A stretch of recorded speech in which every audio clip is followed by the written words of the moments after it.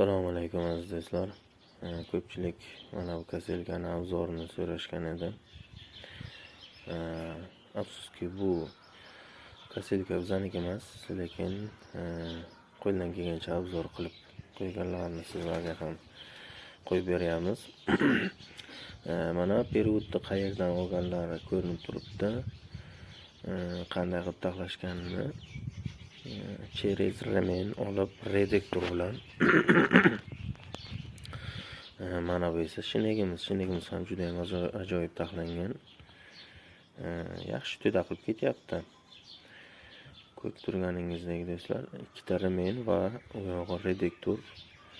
Bu yog'ini ustilit qilganlar armatura qo'yib, ikkalasini orasi 40 cm bo'lyapti. Hozir akamiz o'lchab ko'rsatdilar. Bizdagi ma'lumotlarga qaraganda bu texnika Jizzaxda taxlangan, lekin juda ham zo'r taxlangan ekan. Kim taxlagan bo'lsa ham kattakon rahmat aytamiz. Ushbu texnikamiz yaxshi ishlab turibdi.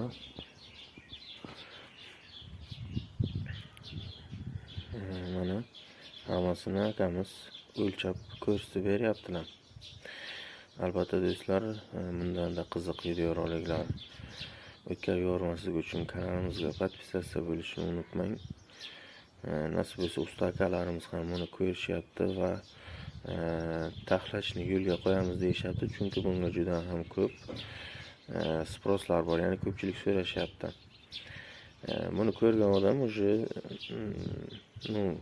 taxlasa bo'ladigan narsa.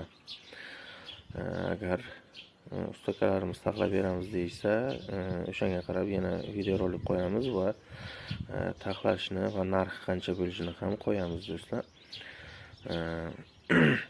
Albatta like bosishni unutmang, kanalimizga obuna bo'ling va keyin videolarni o'tkazmaslik uchun podpisatsiya